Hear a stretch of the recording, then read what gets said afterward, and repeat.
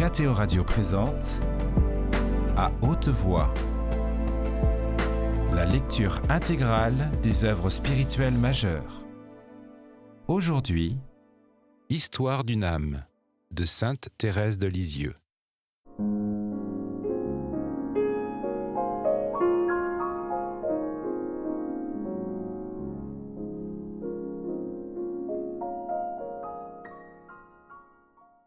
Souvent aussi, lorsque je n'étais pas à la récréation, je veux dire pendant les heures de travail, ayant quelques rapports d'emploi avec cette sœur, lorsque mes combats étaient trop violents, je m'enfuyais comme un déserteur. Comme elle ignorait absolument ce que je sentais pour elle, jamais elle n'a soupçonné les motifs de ma conduite et demeure persuadée que son caractère m'est agréable. Un jour, à la récréation, elle me dit à peu près ces paroles, d'un air très content. « Voudriez-vous me dire, ma sœur Thérèse de l'Enfant Jésus, ce qui vous attire tant vers moi? À chaque fois que vous me regardez, je vous vois sourire. » Ah, ce qui m'attirait, c'était Jésus, caché au fond de son âme. Jésus, qui rend doux ce qu'il y a de plus amer. Je lui répondis que je souriais parce que j'étais contente de la voir. Bien entendu, je n'ajoutais pas que c'était au point de vue spirituel. Ma mère bien-aimée, je vous l'ai dit, mon dernier moyen de ne pas être vaincue dans les combats, c'est la désertion. Ce moyen, je l'employais déjà pendant mon noviciat, il m'a toujours parfaitement réussi. Je veux, ma mère, vous en citer un exemple qui, je crois, vous fera sourire. Pendant une de vos bronchites, je vins un matin tout doucement remettre chez vous les clés de la grille de communion, car j'étais sacristine. Au fond, je n'étais pas fâchée d'avoir cette occasion de vous voir, j'en étais même très contente, mais je me gardais bien de le faire paraître. Une sœur, animée d'un saint zèle, et qui cependant m'aimait beaucoup, me voyant entrer chez vous, ma mère crut que j'allais vous réveiller. Elle voulut me prendre les clés, mais j'étais trop maligne pour les lui donner, et céder à mes droits. Je lui dis le plus poliment possible que je désirais autant qu'elle de ne point vous éveiller, et que c'était à moi de rendre les clés. Je comprends maintenant qu'il aurait été bien plus parfait de céder à cette sœur, jeune, il est vrai, mais enfin plus ancienne que moi. Je ne le comprenais pas alors. Aussi, voulant absolument entrer à sa suite, malgré elle qui poussait la porte pour m'empêcher de passer, bientôt le malheur que nous redoutions arriva. Le bruit que nous faisions vous fit ouvrir les yeux. Alors, ma mère, tout retomba sur moi. La pauvre sœur à laquelle j'avais résisté se mit à débiter tout un discours dont le fond était ceci. « C'est sœur Thérèse de l'Enfant Jésus qui a fait du bruit. Mon Dieu, qu'elle est désagréable, etc., etc. » Moi qui sentais tout le contraire, j'avais bien envie de me défendre. Heureusement qu'il me vint une idée lumineuse. Je me dis que certainement, si je commençais à me justifier, je n'allais pas pouvoir garder la paix dans mon âme.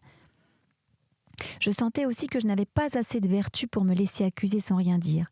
Ma dernière planche de salut était donc la fuite. Aussitôt pensé, aussitôt fait. Je partis sans tambour ni trompette, laissant la sœur continuer son discours qui ressemblait aux imprécations de Camille contre Rome. Mon cœur battait si fort qu'il me fut impossible d'aller loin, et je m'assis dans l'escalier pour jouir en paix des fruits de ma victoire. Ce n'était pas là de la bravoure, n'est-ce pas, mère chérie, mais je crois cependant qu'il vaut mieux ne pas s'exposer au combat lorsque la défaite est certaine. Hélas, quand je me reporte au temps de mon noviciat, comme je vois combien j'étais imparfaite, je me faisais des peines pour si peu de choses que j'en ris maintenant. Ah, que le Seigneur est bon d'avoir fait grandir mon âme, de lui avoir donné des ailes. Tous les filets des chasseurs ne sauraient m'effrayer, car c'est en vain que l'on jette le filet devant les yeux de ceux qui ont des ailes. Plus tard, sans doute, le temps où je suis me paraîtra encore rempli d'imperfections. Mais maintenant, je ne m'étonne plus de rien. Je ne me fais pas de peine en voyant que je suis la faiblesse même. Au contraire, c'est en elle que je me glorifie, et je m'attends chaque jour à découvrir en moi de nouvelles imperfections. Me souvenant que la charité couvre la multitude des péchés, je puise à cette mine féconde que Jésus a ouverte devant moi. Dans l'Évangile, le Seigneur explique en quoi consiste son commandement nouveau.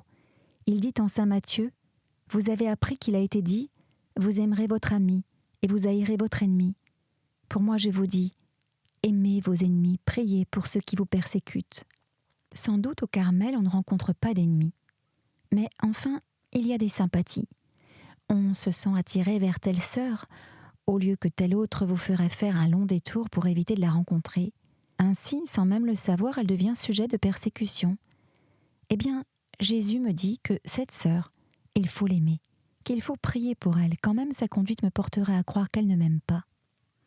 Si vous aimez ceux qui vous aiment, quel gré vous en saura-t-on? Car les pécheurs aiment aussi ceux qui les aiment. Saint Luc 6.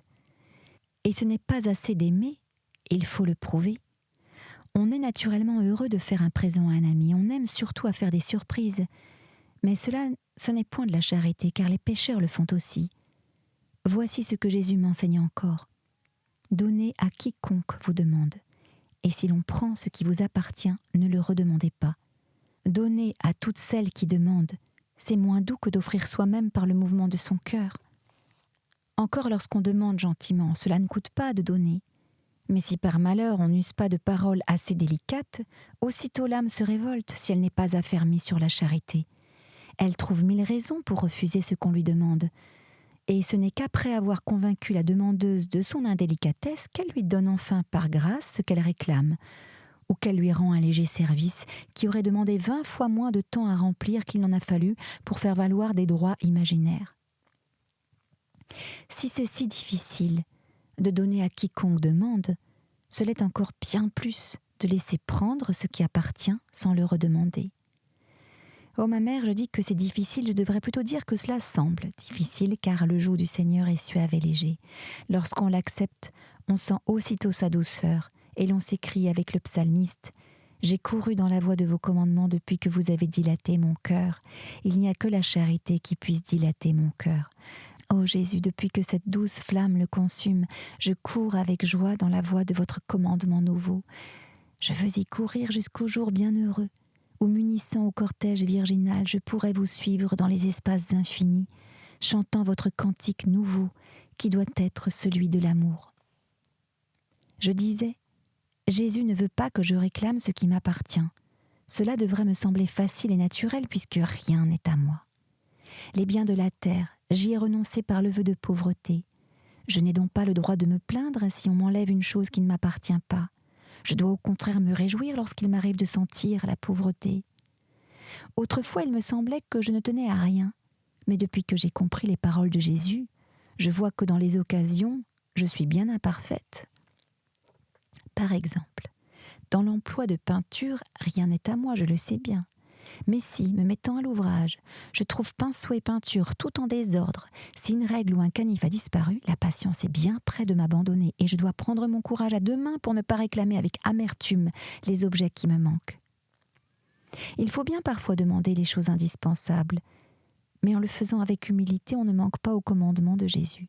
Au contraire, on agit comme les pauvres qui tendent la main afin de recevoir ce qui leur est nécessaire. S'ils sont rebutés, ils ne s'étonnent pas. Personne ne leur doit rien. Ah, quelle paix inonde l'âme lorsqu'elle s'élève au-dessus des sentiments de la nature. Non, il n'est pas de joie comparable à celle que goûte le véritable pauvre d'esprit.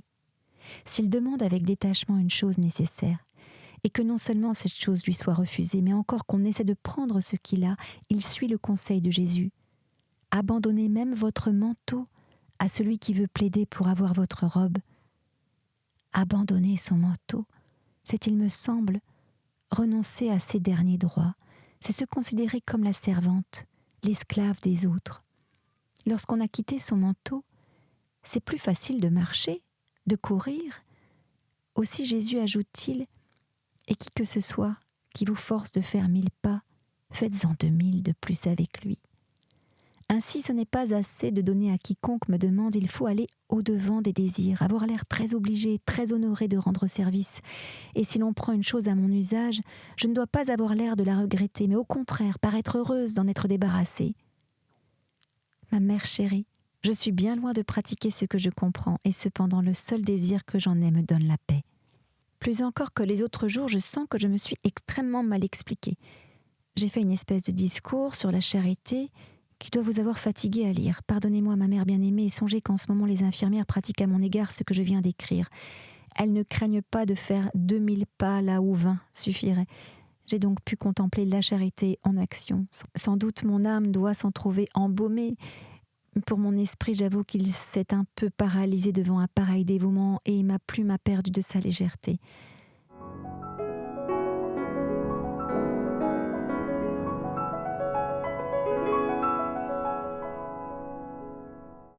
Pour qu'il me soit possible de traduire mes pensées, il faut que je sois comme le passereau solitaire, et c'est rarement mon sort.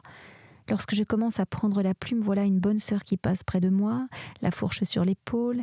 Elle croit me distraire en me faisant un peu la causette. Foin, canard, poule, visite du docteur, tout vient sur le tapis. À dire vrai, cela ne dure pas longtemps, mais il est plus d'une bonne sœur charitable. Et tout à coup, une autre faneuse dépose des fleurs sur mes genoux, croyant peut-être m'inspirer des idées poétiques. Moi qui ne les recherche pas en ce moment, j'aimerais mieux que les fleurs restent à se balancer sur leurs tiges.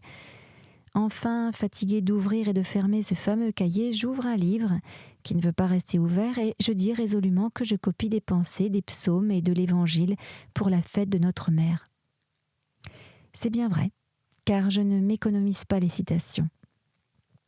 Mère chérie, je vous amuserai, je crois, en vous racontant toutes mes aventures dans les bosquets du Carmel. Je ne sais pas si j'ai pu écrire 2 lignes sans être dérangée. Cela ne devrait pas me faire rire ni m'amuser, cependant pour l'amour du bon Dieu et de mes sœurs, si charitables envers moi, je tâche d'avoir l'air contente et surtout de l'être.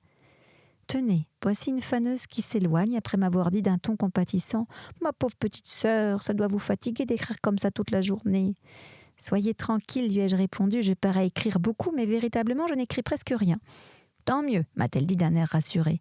Mais c'est égal, je suis bien contente qu'on soit en train de faner, car ça vous distrait toujours un peu. En effet, c'est une si grande distraction pour moi, sans compter les visites des infirmières, que je ne mens pas en disant n'écrire presque rien. Heureusement, je ne suis pas facile à décourager. Pour vous le montrer, ma mère, je vais finir de vous expliquer ce que Jésus m'a fait comprendre au sujet de la charité. Je ne vous ai encore parlé que de l'extérieur, maintenant je voudrais vous confier comment je comprends la charité purement spirituelle. Je suis bien sûre que je ne vais pas tarder à mêler l'une avec l'autre, mais ma mère, puisque c'est à vous que je parle, il est certain qu'il ne vous sera pas difficile de débrouiller les chevaux de votre enfant. Ce n'est pas toujours possible, au Carmel, de pratiquer à la lettre les paroles de l'Évangile. On est parfois obligé, à cause des emplois, de refuser un service. Mais lorsque la charité a jeté de profondes racines dans l'âme, elle se montre à l'extérieur. Il y a une façon si gracieuse de refuser ce qu'on ne peut donner que le refus fait autant de plaisir que le don. Il est vrai qu'on se gêne moins de réclamer un service à une sœur toujours disposée, obligée. Cependant, Jésus a dit « N'évitez point celui qui veut emprunter de vous ». Ainsi, sous prétexte qu'on soit forcé de refuser, il ne faut pas s'éloigner des sœurs qui ont l'habitude de toujours demander des services. Il ne faut pas non plus être obligeante afin de paraître ou dans l'espoir qu'une autre fois la sœur qu'on oblige vous rendra service à son tour. Car notre Seigneur a dit encore « Si vous prêtez à ceux de qui vous espérez recevoir quelque chose, quel gré vous en saura-t-on ? Car les pécheurs même prêtent aux pécheurs afin d'en recevoir autant. Mais pour vous, faites du bien, prêtez sans en rien espérer, et votre récompense sera grande. Oh oui, la récompense est grande, même sur la terre. Dans cette voie, il n'y a que le premier pas qui coûte. Prêter sans en rien espérer, cela paraît dur à la nature. On aimerait mieux donner, car une chose donnée n'appartient plus. Lorsqu'on vient vous dire d'un air tout à fait convaincu « Ma sœur, j'ai besoin de votre aide pendant quelques heures, mais soyez tranquille, j'ai permission d'en... » Ma sœur, j'ai besoin de votre aide pendant quelques heures, mais soyez tranquille, j'ai permission de notre mère et je vous rendrai le temps que vous me donnez, car je sais combien vous êtes pressé. Vraiment, lorsqu'on sait très bien que jamais le temps qu'on prête ne sera rendu, on aimerait mieux dire « je vous le donne ». Cela contenterait l'amour propre, car donner, c'est un acte plus généreux que de prêter. Et puis on fait sentir à la sœur qu'on ne compte pas sur ses services. Ah, que les enseignements de Jésus sont contraires aux sentiments de la nature. Sans le secours de sa grâce, il serait impossible non seulement de les mettre en pratique, mais encore de les comprendre. Ma mère, Jésus a fait cette grâce à votre enfant de lui faire pénétrer les mystérieuses profondeurs de la charité. Si elle pouvait exprimer ce qu'elle comprend, vous entendriez une mélodie du ciel. Mais hélas, je n'ai que des bégaiements enfantins à vous faire entendre. Si les paroles mêmes de Jésus ne me servaient pas d'appui, je serais tentée de vous demander grâce et de laisser la plume.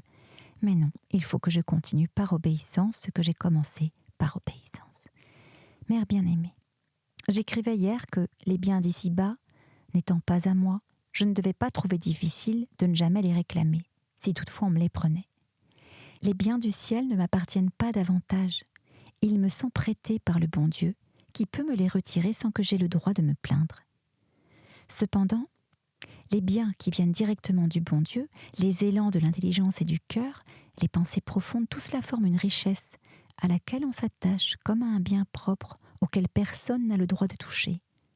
Par exemple, Si en licence, on dit à une sœur quelques lumières reçues pendant l'oraison, et que peu de temps après, cette sœur, parlant avec une autre, lui dise, comme l'ayant pensé elle-même la chose qu'on lui avait confiée, il semble qu'elle prend ce qui n'est pas à elle. Ou bien en récréation, on dit tout bas à sa compagne une parole pleine d'esprit et d'à propos. Si elle la répète tout haut, sans faire connaître la source d'où elle vient, cela paraît encore du vol à la propriétaire qui ne réclame pas, mais aurait bien envie de le faire et saisira la première occasion pour faire savoir finement qu'on s'est emparé de ses pensées. Ma mère, je ne pourrais si bien vous expliquer ces tristes sentiments de nature si je ne les avais sentis dans mon cœur, et j'aimerais à me bercer de la douce illusion qu'ils n'ont visité que le mien, si vous ne m'aviez ordonné d'écouter les tentations de vos chères petites novices. J'ai beaucoup appris en remplissant la mission que vous m'avez confiée. Surtout, je me suis trouvée forcée de pratiquer ce que j'enseignais aux autres. Ainsi maintenant je puis le dire. Jésus m'a fait la grâce de n'être pas plus attaché aux biens de l'esprit et du cœur qu'à ceux de la terre. S'il m'arrive de penser et de dire une chose qui plaise à mes sœurs, je trouve tout naturel qu'elles s'en emparent comme d'un bien à elles. Cette pensée appartient à l'Esprit Saint, et non à moi, puisque saint Paul a dit que nous ne pouvons sans cet esprit d'amour donner le nom de Père à notre Père qui est dans les cieux. Il est donc bien libre de se servir de moi pour donner une bonne pensée à une âme. Si je croyais que cette pensée m'appartient, je serais comme l'âne portant des reliques, qui croyait que les hommages rendus au saint s'adressaient à lui. Je ne méprise pas les pensées profondes qui nourrissent l'âme et l'unissent à Dieu. Mais il y a longtemps que j'ai compris qu'il ne faut pas s'appuyer sur elle et faire consister la perfection à recevoir beaucoup de lumière. Les plus belles pensées ne sont rien sans les œuvres. Il est vrai que les autres peuvent en retirer beaucoup de profit, si elles s'humilient et témoignent au bon Dieu leur reconnaissance de ce qu'il leur permet de partager le festin d'une âme qui lui plaît d'enrichir de ses grâces. Mais si cette âme se complaît dans ses belles pensées et fait la prière du pharisien, elle devient semblable à une personne mourant de faim devant une table bien garnie, pendant que les invités y puisent une abondante nourriture et parfois jettent un regard d'envie sur le personnage possesseur de tant de biens. Ah, comme il n'y a bien que le bon Dieu tout seul qui connaisse le fond des cœurs, que les créatures ont de courtes pensées. Lorsqu'elles voient une âme plus éclairée que les autres, aussitôt elles en concluent que Jésus les aime moins que cette âme, et qu'elles ne peuvent être appelées à la même perfection. Depuis quand le Seigneur n'a-t-il plus le droit de se servir de ses créatures pour dispenser aux âmes qu'il aime la nourriture qui leur est nécessaire ?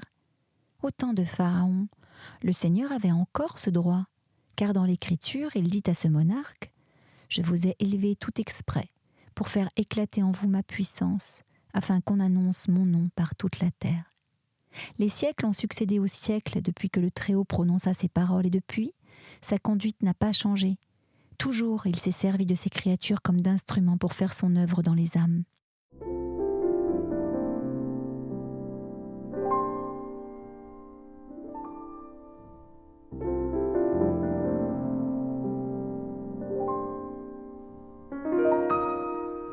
Si la toile peinte par un artiste pouvait penser et parler, certainement elle ne se plaindrait pas d'être sans cesse touchée et retouchée par un pinceau, et n'envierait pas non plus le sort de cet instrument, car elle saurait que ce n'est point au pinceau, mais à l'artiste qui le dirige qu'elle doit la beauté dont elle est revêtue. Le pinceau, de son côté, ne pourrait se glorifier du chef-d'œuvre fait par lui. Il sait que les artistes ne sont pas embarrassés, qu'ils se jouent des difficultés et se plaisent à choisir parfois des instruments faibles et défectueux. Ma mère bien-aimée, je suis un petit pinceau que Jésus a choisi pour peindre son image dans les âmes que vous m'avez confiées. Un artiste ne se sert pas que d'un pinceau, il lui en faut au moins deux.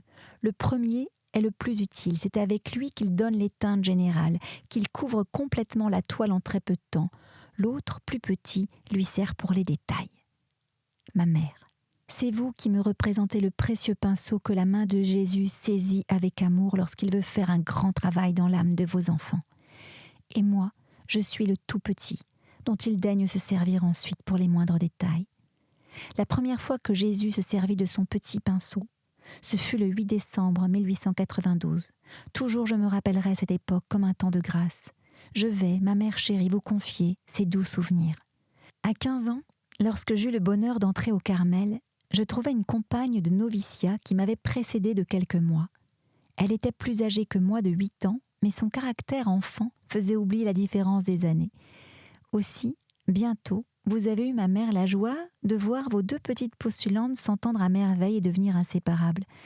Pour favoriser cette affection naissante qui vous semblait devoir porter des fruits, vous nous avez permis d'avoir ensemble de temps en temps de petits entretiens spirituels. Ma chère petite compagne me charmait par son innocence, son caractère expansif. Mais d'un autre côté, je m'étonnais de voir combien l'affection qu'elle avait pour vous était différente de la mienne. Il y avait aussi bien des choses dans sa conduite envers les sœurs que j'aurais désiré qu'elle changeât. Dès cette époque, le bon Dieu me fit comprendre qu'il est des âmes que sa miséricorde ne se lasse pas d'attendre, auxquelles il ne donne sa lumière que par degrés. Aussi je me gardais bien d'avancer son heure, et j'attendais patiemment qu'il plaise à Jésus de la faire arriver. Réfléchissant un jour à la permission que vous nous aviez donnée de nous entretenir ensemble, comme il est dit dans nos saintes constitutions, pour nous enflammer davantage en l'amour de notre époux, je pensais avec tristesse que nos conversations n'atteignaient pas le but désiré. Alors le bon Dieu me fit sentir que le moment était venu, et qu'il ne fallait plus craindre de parler, ou bien que je devais cesser des entretiens qui ressemblaient à ceux des amis du monde. Ce jour était un samedi. Le lendemain, pendant mon action de grâce, je suppliais le bon Dieu de me mettre à la bouche des paroles douces et convaincantes, ou plutôt de parler lui-même par moi. Jésus exauça ma prière. Il permit que le résultat comblât entièrement mon espérance, car ceux qui tourneront leur regard vers lui en seront éclairés. Psaume 33. Et la lumière s'est levée dans les ténèbres pour ceux qui ont le cœur droit. La première parole s'adresse à moi, et la seconde à ma compagne, qui véritablement avait le cœur droit. L'heure à laquelle nous avions résolu d'être ensemble étant arrivée, la pauvre petite sœur, en jetant les yeux sur moi, vit tout de suite que je n'étais plus la même. Elle s'assit à mes côtés en rougissant, et moi, appuyant sa tête sur mon cœur, je lui dis avec des larmes dans la voix tout ce que je pensais d'elle, mais avec des expressions si tendres, en lui témoignant une si grande affection que bientôt ses larmes se mêlèrent aux miennes. Elle convint, avec beaucoup d'humilité, que tout ce que je disais était vrai, me promit de commencer une nouvelle vie, et me demanda comme une grâce de l'avertir toujours de ses fautes. Enfin, au moment de nous séparer, notre affection était devenue toute spirituelle. Il n'y avait plus rien d'humain. En nous se réalisait ce passage de l'Écriture, le frère qui est aidé par son frère est comme une ville fortifiée. Ce que Jésus fit avec son petit pinceau aurait été bientôt effacé s'il n'avait agi par vous, ma mère, pour accomplir son œuvre dans l'âme qu'il voulait tout à lui. L'épreuve sembla bien amère à ma pauvre compagne, mais votre fermeté triompha, et c'est alors que je pus, en essayant de la consoler, expliquer à celle que vous m'aviez donnée comme sœur entre toutes en quoi consiste le véritable amour. Je lui montrai que c'était elle-même qu'elle aimait, et non pas vous. Je lui dis comment je vous aimais et les sacrifices que j'avais été obligée de faire au commencement de ma vie religieuse pour ne point m'attacher à vous d'une façon toute matérielle, comme le chien qui s'attache à son maître. L'amour se nourrit de sacrifices. Plus l'âme se refuse de satisfaction naturelle, plus sa tendresse devient forte et désintéressée. Je me souviens qu'étant postulante, j'avais parfois de si violentes tentations d'entrer chez vous pour me satisfaire, trouver quelques gouttes de joie, que j'étais obligée de passer rapidement devant le dépôt et de me cramponner à la rampe de l'escalier. Il me venait à l'esprit une foule de permissions à demander. Enfin, ma mère bien-aimée, je trouvais 1000 raisons pour contenter ma nature, que je suis heureuse de m'être privée dès le début de ma vie religieuse. Je jouis déjà de la récompense promise à ceux qui combattent courageusement. Je ne sens plus qu'il soit nécessaire de me refuser toutes les consolations du cœur, car mon âme est affermie par celui que je voulais aimer uniquement. Je vois avec bonheur qu'en l'aimant le cœur s'agrandit, qu'il peut donner incomparablement plus de tendresse à ceux qui lui sont chers que s'il s'était concentré dans un amour égoïste et infructueux. Ma mère chérie, je vous ai rappelé le premier travail que Jésus et vous avez daigné accomplir par moi. Ce n'était que le prélude de ce qui devait m'être confié. Lorsqu'il me fut donné de pénétrer dans le sanctuaire des âmes, je vis tout de suite que la tâche était au-dessus de mes forces. Alors je me suis mise dans les bras du bon Dieu comme un petit enfant, et cachant ma figure dans ses cheveux, je lui ai dit « Seigneur, je suis trop petite pour nourrir vos enfants. Si vous voulez leur donner par moi ce qui convient à chacune, remplissez ma petite main et sans quitter vos bras, sans détourner la tête, je donnerai vos trésors à l'âme qui viendra me demander sa nourriture. Si elle la trouve à son goût, je saurai que ce n'est pas à moi, mais à vous qu'elle la doit. Au contraire, si elle se plaint et trouve amer ce que je lui présente, ma peine ne sera pas troublée. Je tâcherai de lui persuader que cette nourriture vient de vous et me garderai bien d'en chercher une autre pour elle. Depuis que j'ai compris qu'il m'était impossible de rien faire par moi-même, la tâche que vous m'avez imposée ne me parut plus difficile. J'ai senti que l'unique chose nécessaire était de m'unir de plus en plus à Jésus, et que le reste me serait donné par surcroît. En effet, jamais mon espérance n'a été trompée. Le bon Dieu a daigné remplir ma petite main, autant de fois qu'il a été nécessaire pour nourrir l'âme de mes sœurs. Je vous avoue, mère bien-aimée, que si je m'étais appuyé le moins du monde sur mes propres forces, je vous aurais bientôt rendu les armes. De loin, cela paraît tout rose de faire du bien aux âmes, de leur faire aimer Dieu davantage, enfin de les modeler d'après ses vues et ses pensées personnelles. De près, c'est tout le contraire. Le rose a disparu. On sent que faire du bien est chose aussi impossible sans le secours du bon Dieu que de faire briller le soleil dans la nuit. On sent qu'il faut absolument oublier ses goûts, ses conceptions personnelles, et guider les âmes par le chemin que Jésus leur a tracé, sans essayer de les faire marcher par sa propre voie. Mais ce n'est pas encore le plus difficile. Ce qui me coûte par-dessus tout, c'est d'observer les fautes, les plus légères imperfections, et de leur livrer une guerre à mort. J'allais dire, malheureusement pour moi, mais non, ce serait de la lâcheté, je dis donc heureusement pour mes sœurs, depuis que j'ai pris place dans les bras de Jésus, je suis comme le veilleur observant l'ennemi de la plus haute tourelle d'un château fort. Rien n'échappe à mes regards. Souvent je suis étonnée d'y voir si clair et je trouve le prophète Jonas bien excusable de s'être enfui au lieu d'aller annoncer la ruine de Ninive. C'était À Haute Voix, une émission de KTO Radio. Aujourd'hui, Histoire d'une âme. Lecture, Erhard von Meyer. Captation et réalisation, Gustave Schlicht et Thibaut Dagalier. Une émission disponible en podcast sur ktoradio.com ou sur l'application KTO Radio.